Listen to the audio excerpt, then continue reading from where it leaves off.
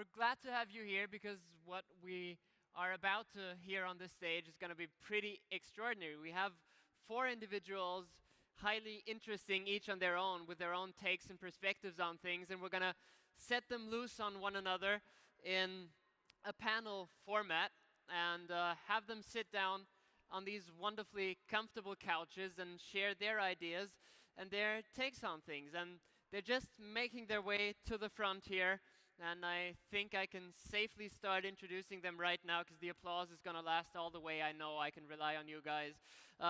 We're very glad to have him back at 15 seconds. Former creative evangelist at Google, Jeremy Abbett.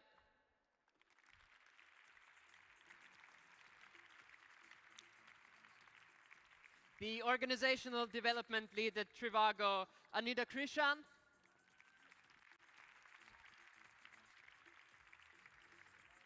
The CEO of RHP out of London, David Dome.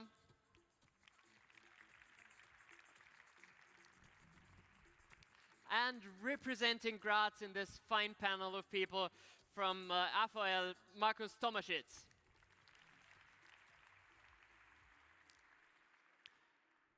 I hope you're comfortably settled in. I'll leave you to your own devices once you're all mic'd up. Are you comfortable like this? Yeah. I think we're good, yeah. You are. So the end of work, how company culture copes with the automatization of employment. Go. Hello? Is it working? It is, yeah. Are you guys sleepy already after lunch? Are you guys okay? That's a good thing about machines. They don't have to eat, and they don't sleep. So we're here pretty well spread out, and we're going to talk about the future of work. And I think it's a topic that everybody is. I live in Germany, although I sound American because I am. But everybody's very interested. What is the future of work? And there's theories like we're all going to not have jobs because all the robots and machines are going to take the jobs. There's other theories like in the future we're only going to have to work 10 hours a week, which sounds pretty amazing to me. But we're going to talk about the panel and just talk about a little bit about what that means, the future of work and automation. So maybe just to start, maybe introduce yourself and thinking of a good icebreaker. Introduce yourself and think of what your pitch for what makes your culture, your work culture, unique. Thank you very much. My name is Markus Tomaschitz. I'm the Vice President of HR at a company called AVL, which is a local company here from Graz. We're one of those hidden champions, roughly 8,600 employees, and we are the world market leader in production of instrumentation test beds. So what we're basically doing is emission testing for cars, ships, any kind of engines and powertrains that we're doing. Being asked about the future of work, I'm going to tell you the future of work will be beautiful. And it's not man against machine or human beings against machine, it's machine with human beings. And I think we have to talk about the interfaces and how can we prepare. But to give maybe a short answer is I think what we all have to look very closely, whether it's representatives of companies or representing institutions or education systems, it is all about education. And whenever education is ahead of technology, we feel prosperity. Whenever education is lagging behind technology, we feel social pain.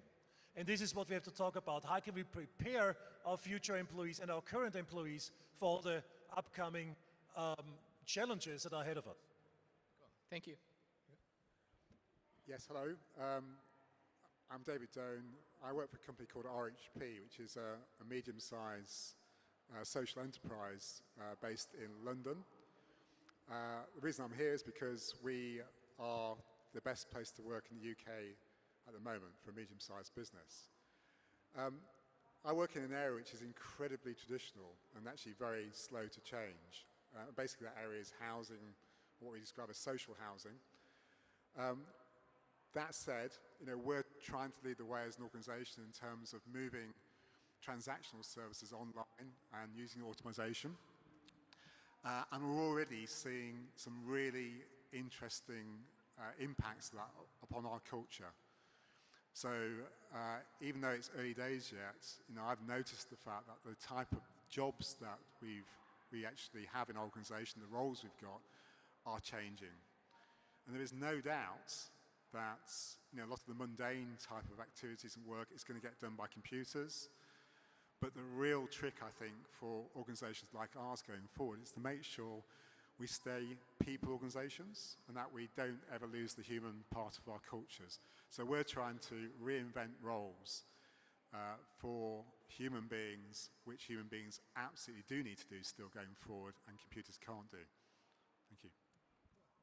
Hello, everyone. My name is Anitta, and I'm here representing Trivago.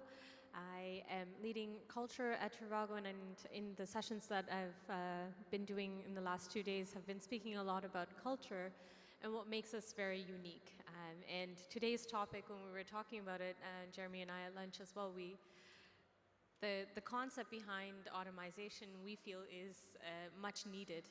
And for us, it's not about the job, the tedious task that needs to be done, but how do we make things more efficient, things more innovative. With Trivago being a very young company with an average age of 29, we encourage people to automate their own themselves out of their own roles, current roles.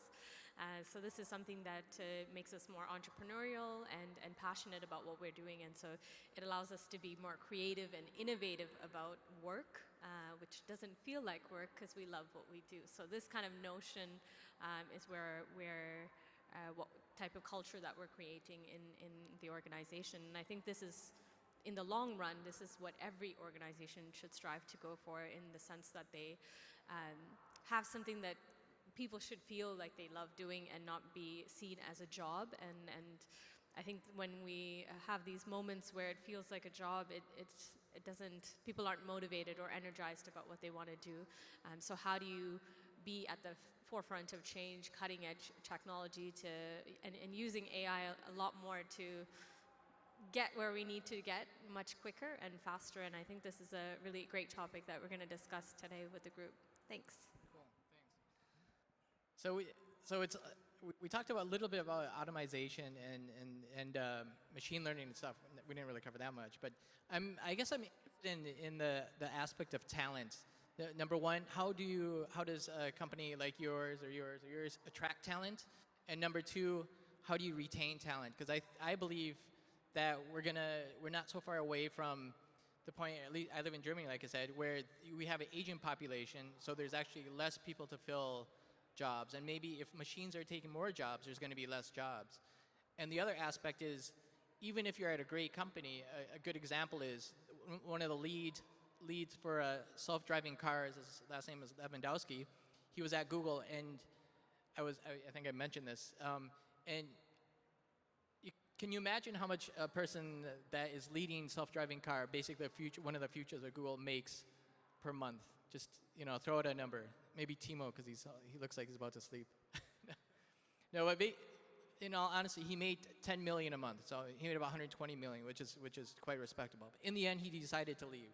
So, and we were talking about this as well. So my question for you is, basically for all of you, is when you have talent, how do you retain that talent if money is now no issue? Well, if I may start again, I mean, AVL is a classic example. We are basically the Styrian way of Big Bang. A lot of lovely nerds working every day on combustion engines and active driver assistance system and data management within the car. And as you said, money isn't everything. If you don't create an environment where talents can be developed, where you set high standards on one hand, and also challenge engineers in order to becoming even better at what they do, I think they will leave you. And even now, when we feel the shortage and the brain drain is leaving from one company to the other, we really have to think about the role of management and leaders. Because we've basically, everybody who's leaving our company, we make an interview. And in 9 out of 10 cases, they tell us, I leave because of my direct leader. So leadership creates an environment where people want to stay. And in the awakening of a shortage of skilled workers, and when we think of work is changing and new work is coming in and new jobs and new tasks, the leaders and managers have a very crucial role in the success of a company. Yeah, I mean, it's I totally agree with that, because the thing that I find, I mean, we're a tiny organization compared to some of the people at the festival, and we have to compete really, really hard to get good people to come and work for a sector which is pretty unsexy, to be quite honest. And we do it by providing people with an amazing place to work, which is full of challenge and possibility, but also an environment where we bend over backwards to try and recognize the value that people bring to our organization. We look for every opportunity possible to get behind people and to back them and to support them and to encourage them and to make them feel great about walking the door in the morning. And for me, it is all about how people are led. That is the key difference between great companies and okay companies. And for me, going forward, automation actually raises some really massive challenges for leaders about how they're going to create the right environment to do exactly what you're talking about, get great people and keep them. In the sense, I hate to say it, agree as well, but in the general sense with leadership, looking at redefining traditional leadership models that you might have in your organization is crucial, essential for this stage. Thinking about the role that they play, but also in the development of the talents. Typically, if you're currently already a leader or a manager, you know how much time it takes to take care of business needs, but also spend time developing your talents. And this is something that we also have identified at Trivago as being something that's very challenging to do. And the feedback that has come in also speaks about the leadership's time and availability and how much support they're giving to nurture and develop talents. And I think this is where we have to, in order to retain the talents, get a lot more focus on talent development and how we nurture and allow them to grow in the organization and be the future leaders in that very same organization. And what we've done recently is redefine leadership as a whole at Trivago, and this means identifying a specific talent lead that looks after all talents. We call all employees talents at Trivago. And so in this sense, you have a responsibility lead who looks after the very strategic elements of things, and a dedicated person to focus on your development and also nurture the experts as well. And this is a growing group of talents that don't get enough attention in organizations. Just because you're a genius and an expert, you're kind of not really fitting into a leader category. So we also identified this to develop, and I think this is the way to go for the future of automation, to make sure that people can see, not have this fear that they're going to lose their job, but rather that, wow, I can create something new, or I could be the person that's leading the change in that particular area. So this is how we kind of view it, and culture. I've said this many times over the last 2 days, but culture needs to be a business strategy, not an HR thing. I think this is the major misconception that we have, that it's an HR topic, and your leadership has to have buy-in into that. And so how much your leadership is actually invested in, and you're also taking part in creating that amazing culture, defines the full experience of why talents then choose to stay. I know, Jeremy, you asked me, why Germany? Why Düsseldorf, Germany? And that's true. That's a tough question to answer in terms of coming from Toronto. But I love the organization so much that you get to create and innovate that you just end up wanting to do it because out of love for the role that you're in. So yeah, this is what's exciting. So what's interesting is, David, I think the company you work for is like 200, you said?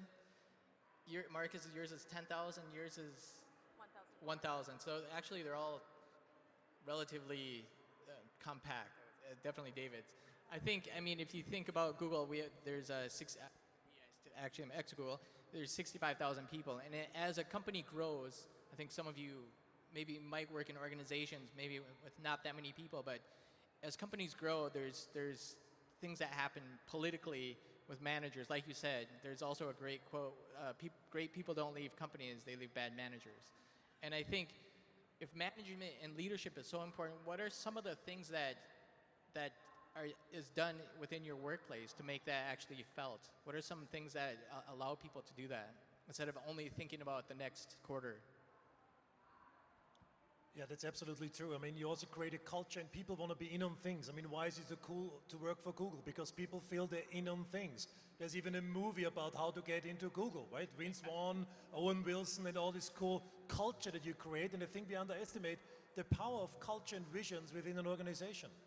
But let me also talk a little bit about the topic of digitalization of the workplace and will work disappear, or will workers disappear, will probably employment disappear. And if you look at this famous study by Osborne Fry saying 40% of all jobs will disappear over the next couple of years if the digitalization goes on and on. That's simply not true. It's not true. Yes, there will be jobs disappearing, like a couch maker disappeared in the beginning of the combustion engine cars. But then there will be new jobs coming up, and old jobs will stay, but their tasks will go away.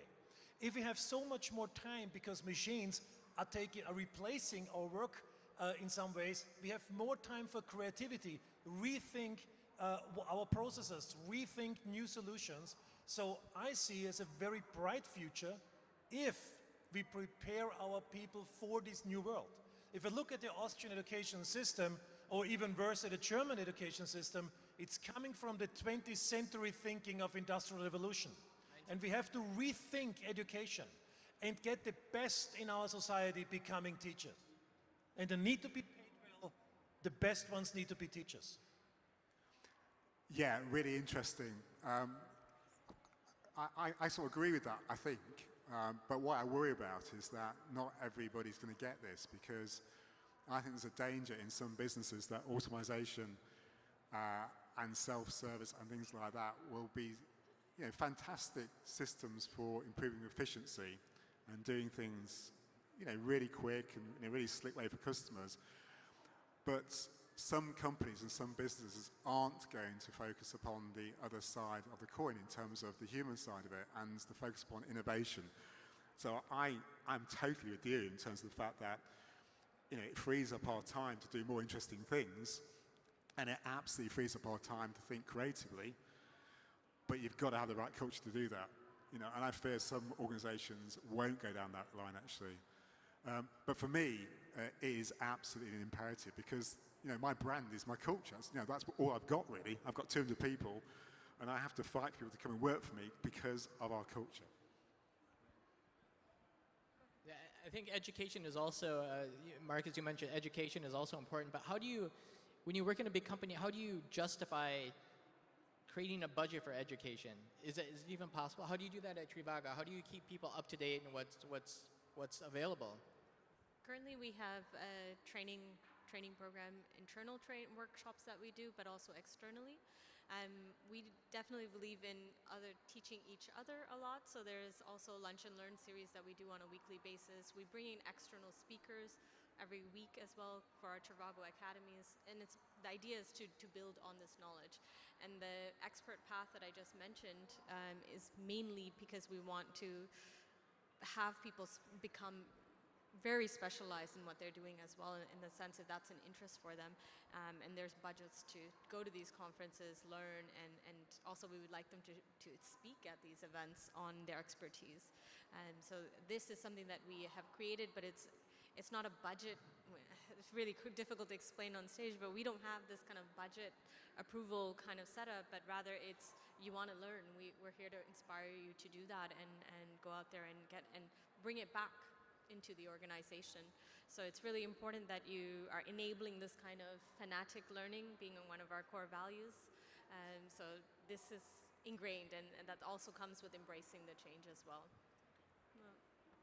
I also agree with the sentiment of man and machine. I don't think it'll be quite like singularity. I don't know if you know the idea of singularity, but if you know AlphaGo, maybe you've heard of AlphaGo. It's a DeepMind. They developed this AI, and it beat the best Go player, one of the best Go players in the world, which is like chess. Go is like chess. But they also found out that when a Go expert or a Go master actually practices with a artificial intelligence, the person also gets better. So I think there will be some symbiosis between the two. But how do you? I mean, in Germany, there's a lot of doubt about technology in general, I would say. How do you, in the workplace, how do you get people that just don't want to change to actually embrace what's coming or what's possible. I mean, because in Europe there's really strict labor laws. You can't just get rid of people like you can in the U.S. So how do you get people that are just not part of are non-believers? Well, we certainly are believers, but I think the mindset of the German-speaking world, Germany, Switzerland, Austria, we are coming from a manufacturing culture. And manufacturing excellence, the so-called Handwerk, means I do things good because they matter. And I let something create. And how can Facebook have a higher company value than Siemens? How is it even possible? And I think we need to readjust our thinking that it does not have to do anything with core assets anymore, but it's much about what's back here and what's the whole idea and the spirit of an idea. But let me, how do I get money for education? What is so important? The older ones of you in here maybe remember Muhammad Ali's boxing style. Muhammad Ali was a dancer. And in 1971, he was beat for the very first time. He was dancing in the ring. He was beat by Joe Frazier. You remember that for sure, right? Me too. And he got beaten up, and he disappeared for 3 years. 3 years later, Muhammad Ali came back, and his style was completely different. He wasn't a dancer anymore. He wasn't shuffling anymore. He was standing in there, his fist in front of his face, and George Foreman beat him and beat him and beat him in a rumble in the jungle, 1974. And in the 15th round, Muhammad Ali punched Foreman KO, he won. And the journalists were asking Muhammad Ali, well, Muhammad, where's the old Muhammad Ali gone? Why is there no dancing anymore? And he said a very smart thing. Defeat doesn't make you stronger, but it forces you to change. So I think that the German and Austrian and Swiss industry, who got defeated so many times over the last couple of years, are reinventing themselves and they're coming back. And if you think what's going on, if you think that Amazon is going towards the real world, if you think a lot of companies, Google, Apple, all going to the real world now, and you see the manufacturing, who do you think, which industry has an easier step in the new world? The manufacturing industry in the digital, or digital in the manufacturing? So I think there's a very bright future for the Austrian and German industry. Oh, that's interesting. I think yes, of course, home court advantage. Don't give up. The reason Amazon is going to the real world is because they're 100% customer focused, and they found that customers want that. That's why they create new bookstores. I find obviously it's great that you said that and you get a lot of support, but I think it's a lot harder for old industry to catch up with new industry. I would almost say I would say 80% will not be around, just because you've heard the term from Mark Andreessen, software is eating the world, and everything is becoming quicker and quicker. If you look at what Timo and Stefan have done here, it's exponential, the scale. Maybe this year is not as quite as exponential, but my point being is, when you have a huge company like Siemens, like Facebook is worth more than Siemens, and Apple's worth more than everything together, I think it's easier for a digital company to understand and adapt. And really, it's about adapting. And I think when you have a company a culture and the people that make up the culture that can adapt, that are open for adapting, that goes along from my last question, then it's a lot easier to change and be agile. I would argue that BMW is relevant in the far future. I think VW, questionable. Nobody, and then you have companies, you have billionaires like Elon Musk and stuff, creating things that, who would have thought an American, some PayPal guy creates the agenda for electric cars. So I think it's a very, very honorable thing to think that, I do believe manufacturing is important, but I would question if people within these companies can actually question what they're doing. And I don't know if it's an open question, and nobody knows, and I think that's what makes it so exciting. But I think the difference is with these new companies, you have people that have all the resources and nothing to lose. You have Elon Musk had nothing to lose except some investors' money. But when you have a company like BMW or VW, you have a lot of people on the line, and I think a lot of people just are not open for change. I mean, that's my bias, that's my stereotype. But I think that's why people come to events and are excited. But it's really a question of, what's going to happen. Is manufacturing, I know it because I worked with ThyssenKrupp a lot in the last couple of years, and they actually helped produce the Tesla, some aspects. But the question is, I guess, for all of us is, and actually, if I think about it, it goes back to education, right? It's actually the 19th century. It's based on the industrial age. So if we keep educating ourselves in the way of the old school, then how can we even look to the future? You know, I think it's almost like a paradox.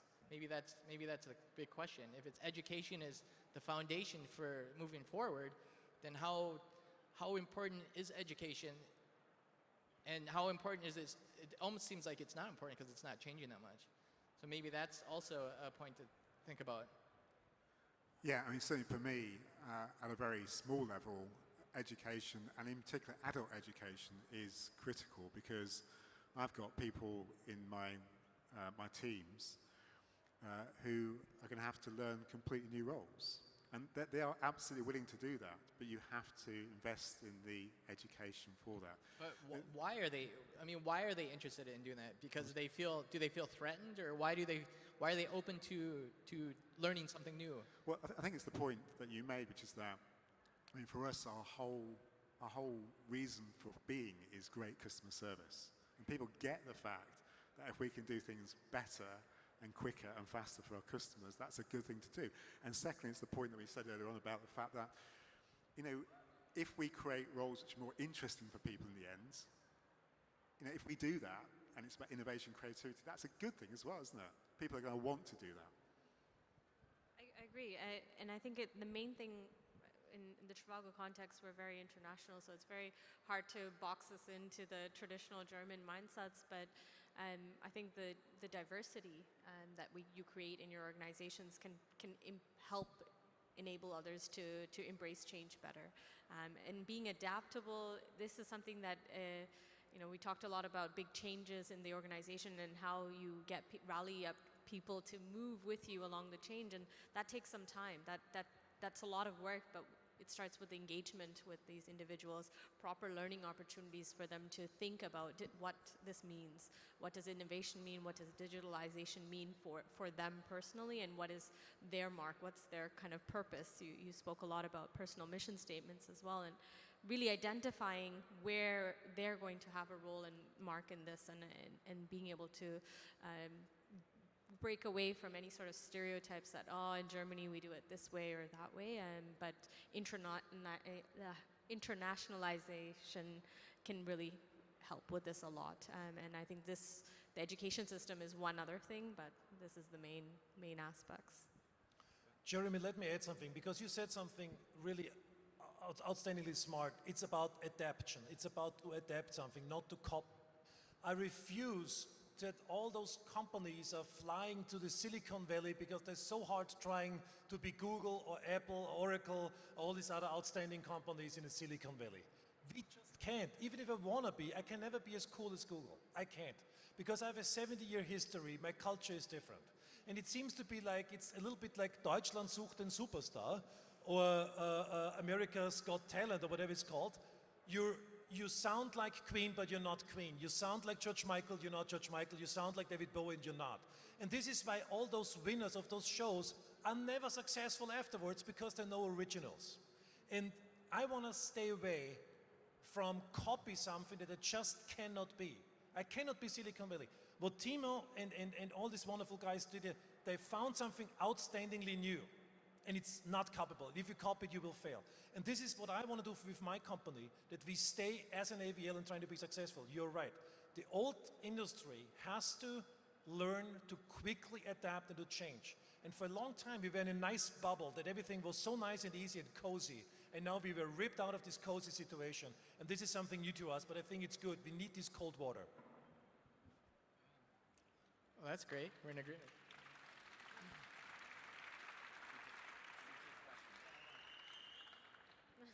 So you guys believe in the future of manufacturing? Sounds like it. Sounds good. I think there is a bright future for manufacturing. I believe that. And I was at a conference earlier this year, and I also believe if you think about these new companies like Google and stuff, we are trying to digitalize everything, but I think there's too many cool physical things that you cannot digitize.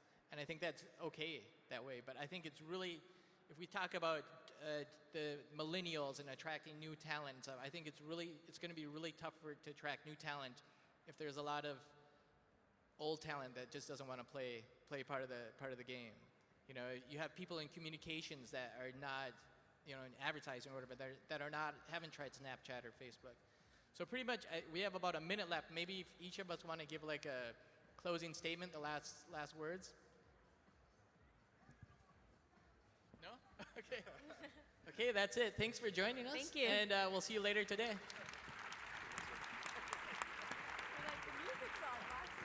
know, we're pretty stoked about that. Thanks again for sharing your insights and discussing your views. Let's give another big hand for Jeremy, for Anitta, David, and Markus.